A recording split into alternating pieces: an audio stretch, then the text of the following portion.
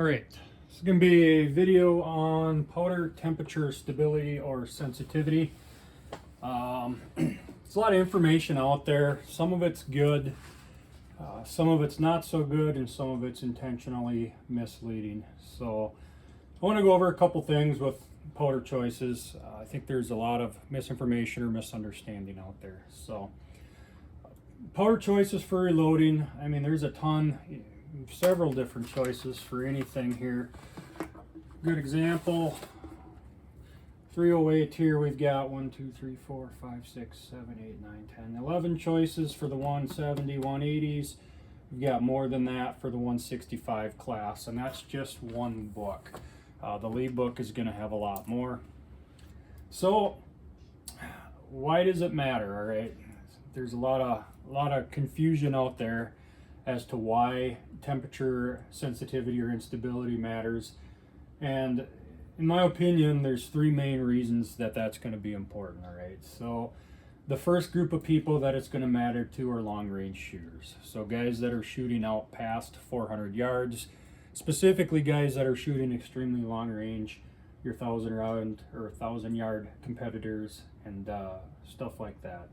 And we'll get into a little bit of detail as to why that is a little farther on in the video.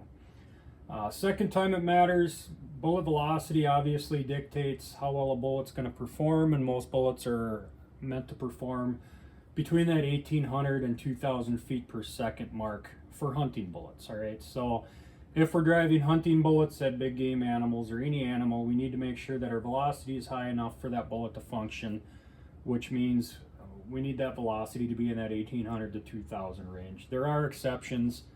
I know I hunt with the 6.5 Grendel out of a short barrel, and I shoot ELDMs out of that, and that functions to a lower speed. But a good rule of thumb, absolute minimum for most of your hunting bullets, especially your bonded bullets, is going to be 1,800 feet per second.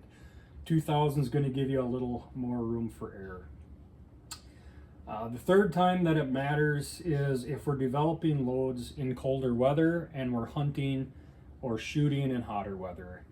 So again, there seems to be a lot of confusion about this. I know a lot of guys I talk to will say, you know, oh, I'm a little worried about this load. I developed it in the wintertime. It was 0 degrees outside. And then my first question is, did you reload or load the ammo at 0 degrees? So were you outside sitting in the snow loading your ammo? Well, no, of course not. I loaded it in my house and then went out and shot it. So if you loaded it in your house, you did not develop that load at 0 degrees unless you took the ammo outside and let it sit there for more than an hour and a half at 0 degrees. That load was developed at whatever the temperature is in your house. All right, so I live in Minnesota. I develop loads year-round. Whether it's 15 below or 95 above, the temperature in my basement here stays around 68 degrees year-round. So unless I bring the ammo outside and let it adjust to ambient temperature, all of my loads are going to be developed right around 68 degrees. So it's important to note that just because you developed it in the winter time does not mean it's a 0 degree load development. It's developed at whatever temperature it is in your loading room, unless you're allowing it to adjust to ambient temperature. So long range shooting, all right, why does it matter to that crowd? Pretty simple. Obviously, the more variables you can rule out, the more successful you should be in long range shooting. So I ran numbers on a couple of my loads here just to show you the difference. So the first load is going to be 168 AMAX out of a 308 Winchester. I built that load at 2,720 feet per second, and then the second set of data here is going to be 2,600 feet per second. So if we have 120 degree temperature or velocity swing due to temperature, here's some differences. So at 400 yards, that load is going to drop 24.1 inches, and it's going to drift 12.5 with a 10-mile-an-hour crosswind. So 24.1 drop, 12.5 drift. Slowing that load down 120 feet per second at 400 yards, it's going to drop 26.7 inches, and it's going to drift 13.4 with a 10-mile-an-hour crosswind. So we're talking about 2.5 inches in drop at 400 yards and around an inch in drift. All right, so again, not significant to guys that are shooting out to average range, average hunting ranges, and there aren't many guys that should be shooting game animals past 400 yards. The difference comes in here when we get out farther. So at 1,000 yards, that same load at 2,700 feet per second is going to drop 373.8 inches. And at 2,600 feet per second, it's going to drop 415 inches. So 373 to 415. Wind drift, you're going from about 95.8 to 101.4. So there's some difference there. It's not huge, about 40 inches in drop though. So that's more to account for. And you can bring your temperature guns, your thermal guns out there, and you can measure the temperature of the cartridge as best you can, but that may not be an accurate representation of the actual temperature of the powder inside. So I spent 22 years in the field artillery, and powder temp was something we were constantly measuring and figuring into our calculations so that the rounds landed where we need them to. So second example here, quick, 140 ELDX, 400 yards at 2,700 feet per second, you're going to drop 22 inches. What did I do here? I wrote the same thing twice, sorry. And at I also decreased this one by 120 feet per second. So at 2580, you're going to drop 24.5 inches. So 2.5 inch difference.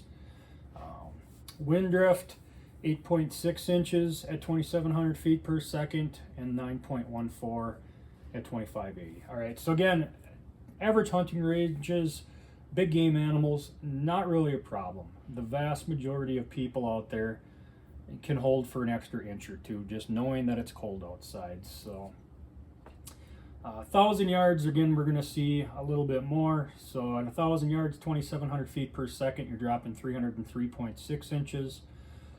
Excuse me, and at 2,580 feet per second, you're dropping 336.7. So an extra 33 inches a drop. Your drift is going to be 59.7 at 2,700 feet per second. It's going to be 65.6 at 2,580. All right, so as you can see, this is actually kind of an interesting comparison. I've never run these two against each other, but 6.5 Creedmoor at 1,000 yards drops 303 inches. My 308 with my hand loads drops 373, so 73 inches is pretty significant, which is why the 6.5s are so popular nowadays. All right, so just an example of why we care, again, for long range shooting past 400 yards. Any small detail that they can standardize and not have to account so much for is going to help them out. When we talk about the second thing, velocity on target, that pertains to hunting ammo, obviously not target shooting. And you just need to understand that you have to have a velocity for your round. You should have a hot weather velocity and a cold weather velocity. All right, so we got to account for the drop and a little bit of additional drift, but we also need to account for that loss of velocity with our max range. So my elk load is 180 partition. I trust that load down to 1,800 feet per second, and I'm going to lose a little speed in the cold. So I do most of my shooting in the summer here. It's 75, 80 degrees.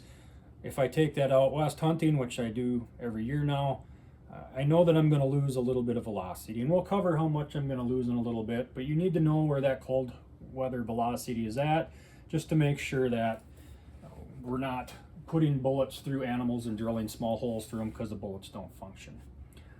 Third thing, temp sensitivity as it relates to increased pressure. So in my experience, again, my load development's done inside. I don't sit outside in the summer and the winter and load bullets. If you do, you're crazier than me. So my load development, about 68 degrees in my basement year round. I can go out and I can hunt with that ammo. I'm not going to see any real significant pressure spikes, all right? You shouldn't be loading that close to the pressure line anyway. The longer I load, the farther I've got. If I see any pressure signs, any significant ones like primer cratering, I don't worry so much about, but ejector swipes and stuff like that, I back down, all right? I'm done at that point. I go back to my last good load and I work from there. When this becomes an issue, in my experience, is bench rest guys. So guys that have to sit with their gun out in the sun for long periods of time. So if you develop your load at 68 degrees and you're out bench rest shooting, whether it's just for fun or for competition, and that gun is sitting in the sunlight on a hot day for extended periods of time, that's when you're going to have big pressure jumps with temp unstable powders or temperature sensitive powders. So just be aware that it's not as big of an issue as people sometimes make it out to be. It is something you need to concern yourself with, but typically if you're out moving around, walking around, hunting in the field, that gun's not going to be that hot. It's when the gun, and especially the ammo, is left sitting out in the heat, in the direct sunlight for long periods of time, that you're going to see a big jump. So let's get into some actual examples here, some different things I found. You can see behind me, this is the powder I currently have on hand. I wish I had more than that, but we're in the great ammo and powder crisis of 2020 and 2021. So a lot of different options here. There's a couple things you don't see that I wish I could get. One is Varget. I have never loaded Varget, which is insane because I shoot my 308 more than anything else. But where I live in central Minnesota, it's such a popular powder that it's almost impossible to find, even when times are good. So in the 3+ years I've been reloading, I should note that I load well over 1,000 rifle rounds a year for precision and hunting, sometimes more than that. But Varget is extremely hard to find, and because of that, I've never used it. I've never been able to get it in a quantity great enough that it would justify buying it. The 2 times I've seen it, it was 1 pound, literally 1 pound. And I could burn that up in load development pretty quick and then have nothing left to work with. The other one I'd like to try is H4895, and I have never seen that in stock in any of the stores in this area. So behind me again, or beside me here, these are some of the powders I'm currently running, and they go from the extremely temp unstable end, like this guy, to the very temperature stable end, like H4350. So looking back, I probably should have lined these up by temp stability, but a lot of different powders here, a lot of different temperature, stability, and instability things to account for. So generally, as I'm sure most of you know, your ball powders are generally going to be a lot more unstable with temperature changes than your extruded powders, all right? So Exterminator is going to be a lot more sensitive than 4350 or Reloader 15. CFE 223 I found to be very temperature unstable. Why would a guy load it then? Because it's extremely fast. There's hands down, none of these powders can touch what this one can do for velocity. I'm getting between 100 and 140 feet per second more with CFE 223 out of everything that I'm loading it in. So 6.5 Grendel, 308, some different cartridges that I can get with the other powders. Again, the hard part being that that is extremely temperature unstable. So that velocity gain will be a velocity loss if I'm out in the extreme cold. So let's take a quick look here at some actual examples, all right? So I started testing this, and then the powder and ammo crunch hit. So I don't have as much data as I would like to have, but I did get through a few loads. So first load quick is going to be Reloader 15. I load that 44.0 grains into Peterson brass, which I really like. Peterson brass is going to have less capacity than a lot of your commercial brasses, way less than Winchester, less than Federal. So just know that that's a little tighter cartridge than a lot of them. It's going to be about on par with the mil spec stuff generally. Might have a touch more capacity, but first load again, Reloader 15, 44.0 grains in Peterson brass with a 180 Nosler partition. This is an excellent load. I really like Reloader 15. You read the forums and you watch the videos, and you get a lot of opinions on temp stability with that. And we're going to kind of cover that. So I've got 3 different loads with that. So we'll set that up here. Again, this is one of my absolute favorite powders. It's extremely easy to load. It meters very well. It's just very consistent. It's consistent in velocity. It's consistent in pressure increase. So there's no surprises with it like there can be with something like this, where it can get really hot really fast. So that load, 180 Nosler partition, all of my data that I'm going to present is going to be between 0 degrees and 80 degrees. So the first velocity I get at 0 degrees, and I've tested this multiple times. Thank you. At 0 degrees, I'm getting 2,640 feet per second out of the 180 partition with Reloader 15. At 80 degrees, I'm getting 2,670. So 80-degree temperature swing, I'm losing about 30 feet per second. All right, that's out of a Tikka T3X with a 22.5-inch barrel, and all of my 308 loads will be out of that rifle. So 30 feet per second, not a big deal. I don't really even need to account for that at hunting ranges, you know. But oh my gosh, people say this is temp sensitive, temperature unstable. Why would I only lose 30 feet per second? And this is kind of the thing that a lot of people are misleading you about. So the next load with this powder is going to be same thing, 308 Tikka T3X, 46.8 grains in Winchester brass, which I know isn't a fair comparison, but that's what I loaded in because that's what I load my practice rounds in. Bullets 150 grain interlock. So Hornady interlock. At 0 degrees, I get 2,740 feet per second, and at 80 degrees, I get 2,850. So that's 110 feet per second. So why is it that I get such a significant change with one bullet and not the other? And what you're going to find consistently is it's bullet weight and velocity. So the lower the starting velocity, the less speed you're going to lose, right? So 180 partition is starting off quite a bit slower. Therefore, it's going to lose less speed. And the partition load is also a very good case fill. It's slightly compressed. It's an optimal load for that cartridge and caliber, in my opinion.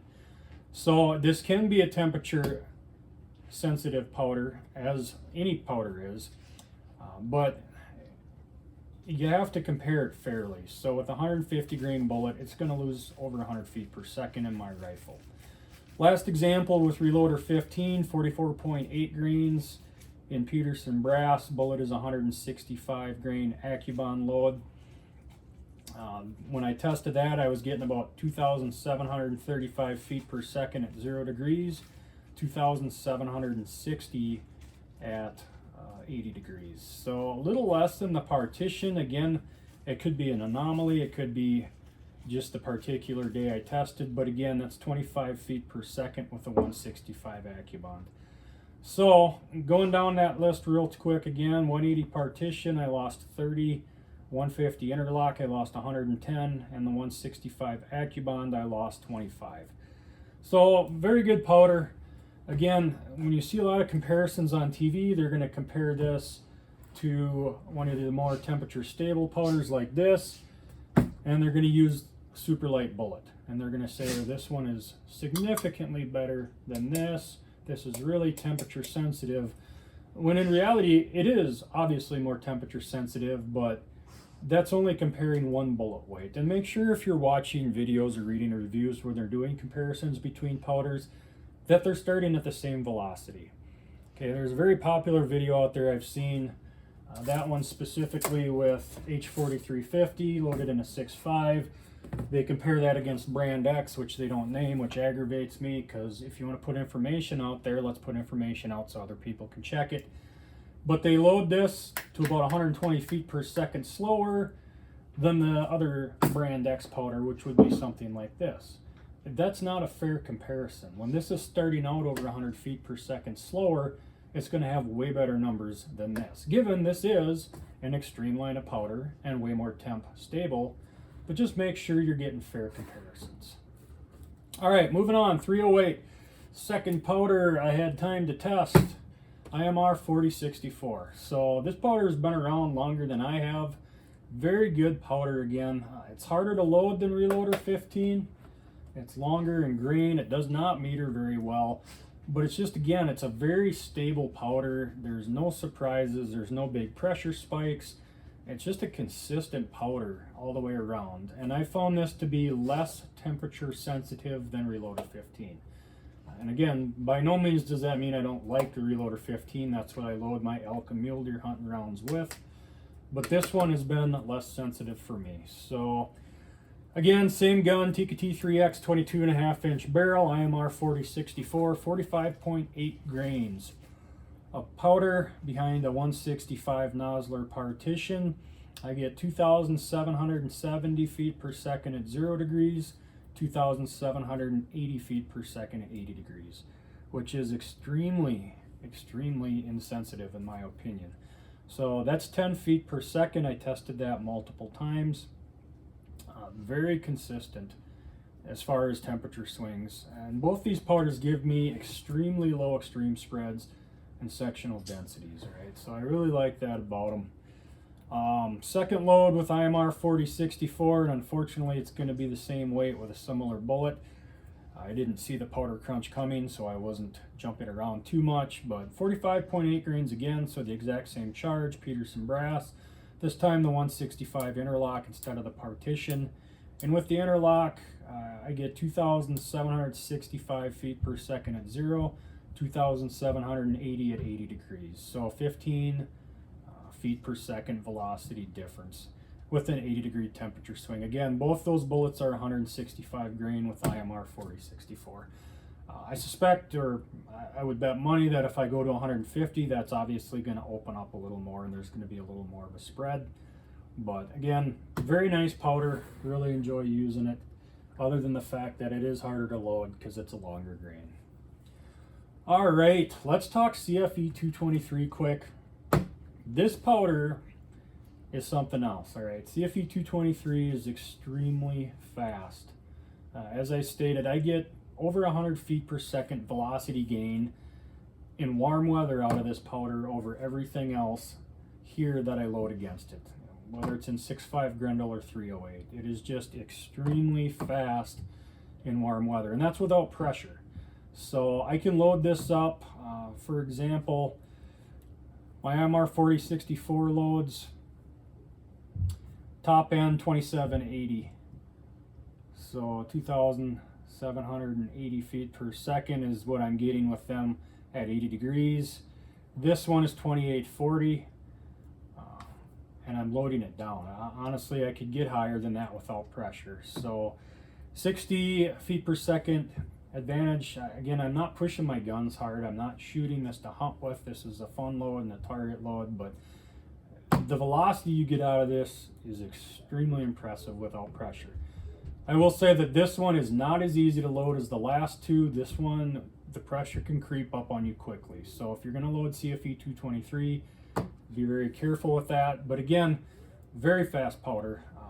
Problem comes in with the temperature stability. So CFE 223, one of the loads I developed, 47.5 grains in Hornady brass, shooting 165 grain AccuBond, and I was getting 2,740 feet per second at 0 degrees, 2,840 at 80 degrees. So that's a 100 foot per second difference with a fairly heavy bullet out of a 308. I didn't capture the data I wish I had, but I loaded this in the 150 grain bullet, and I don't specifically remember, but I know that I was getting between 170 and 180 foot per second velocity loss out of the 150s. So huge temperature swing. It's very unstable, but it's also very easy to load. It's a ball powder and it's very fast. So if a guy is controlling his conditions and the extra velocity is important to you, this may be a good powder to use. For me, I don't use this in hunting ammo just because that's getting to be a pretty big swing, and there's a lot more consistent powders out there. And again, if I load this at 70 degrees in my house and I'm hunting at 10 below 0, the velocity gain is now velocity loss because this one slows down really quick in cold weather. But again, if you're a guy that shoots in the southern states, you've got pretty consistent warm temperatures throughout the year, and hunting season, that might be an excellent choice. 8208 XBR, the last non-factory load I captured before I decided to stop so I didn't run out of powder. That was in a 6.5 Grendel, 26.3 grains, loaded into Hornady brass with a 129 grain interlock bullet, which is an extremely heavy bullet for 6.5 Grendel, but I have several hundred of them, so that's what I used for the testing. At 0 degrees, I got 2,150 feet per second, and at 80 degrees, I got 2,180. So 8208 XBR in the Grendel, 30 foot per second loss. This is not listed as an Enduron or an extreme powder. I forget which company does what. I bet this would be Enduron. But this is a pretty darn temperature stable powder. All right, it's also good 308 powder. People use it in different calibers. So 30 feet per second. not a lot, but you got to remember we're only starting out at 2,180 feet per second. So that's a fair spread. I'd be curious to test this in 308. Unfortunately, I'm not willing to give it up at this point just to shoot it over a chronograph and test velocities. So, all right, factory loads real quick. I tested 2 factory loads just out of curiosity. First one was the 140 grain ELDM out of 6.5 Creedmoor. Still have some left here. Just bought it at a local store. The ammo was new. It hasn't sat around for years or anything like that. This one completely baffled me. Not what I've come to expect from ELDM ammo. This had horrific standard deviation and extreme spread. The extreme spread was 73 feet per second. Standard deviation 44. And strangely enough, when I shot that at 0 degrees, I got 2,655 feet per second. And at 80 degrees, I got 2,615. So this ammo, for whatever reason, when I tested it, gained 40 feet per second at cold weather. But again, that's not really great data because the extreme spread and standard deviation were so terrible. I'm just not sure what happened. I don't know if my gun doesn't like this. I've shot this out of my 308 and it's been extremely consistent. Our SWAT snipers shoot this factory ammo for SWAT sniping. I mean, for actual sniping, not just training. That's what they use to shoot at people with. So why I had such a bad run with this box, I'm not sure. But negative 40 feet per second, basically. So we gained 40 feet per second with this ammo when we went from 80 degrees to 0 degrees. But again, that was with terrible standard deviation and extreme spread. So last one here. Let me see if I got any left quick. I do not. The shocker of the day. I tested the 6.5 Creedmoor again. Both those rounds were tested out of all my 6.5 Creedmoor rounds. 22-inch barrel TC Compass. So 22-inch barrel with a suppressor. 140 grain core lock, right? So just 140 grain factory loaded Remington core lock. Shot that over the chronograph at 0 degrees and 80 degrees, and I got 2,655 feet per second, period. I had zero velocity change with that round. Again, that's 140 grain factory loaded Remington core lock. So 2,655 feet per second. That's pretty darn good velocity out of a factory loaded ammo. And I don't know what they're using for powder in there, but at least the box I tested was extremely consistent. I was seeing no swings, no notable swings between hot and cold. And I was actually getting very good standard deviation and extreme spread. So, all right, we'll sum it up real quick. Again, temperature stability matters for the 3 reasons I mentioned at the beginning. We need to ensure adequate velocity for the bullet to function. At extreme long ranges, it's a lot more to try and account for. So I know the long range shooters go for the temp stable powders like this one, and I am not at all knocking the temp stable powders. This is my favorite 6.5 Creedmoor powder. I absolutely love it. I'm sure I would like Varget or H4895 if I could find it. But just because you can't find these super temperature stable powders doesn't mean you can't load and hunt with the other ones. And again, the last thing, remember when you're loading ammo, if you're not letting it acclimate to the ambient temperature, it's loaded at the temperature of your house, right?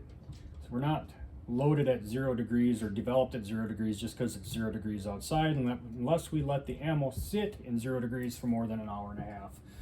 And we got to let the gun cool between shots. So, summary, temp stability, it can be important. Again, for guys that are shooting to average distances, hunting, probably not going to be an issue. Even with CFE 223 and a 150 grain, 180 feet per second loss at 400 yards, maybe about 4 inches in an additional drop. We can account for that, but it is nice to know kind of where you're at.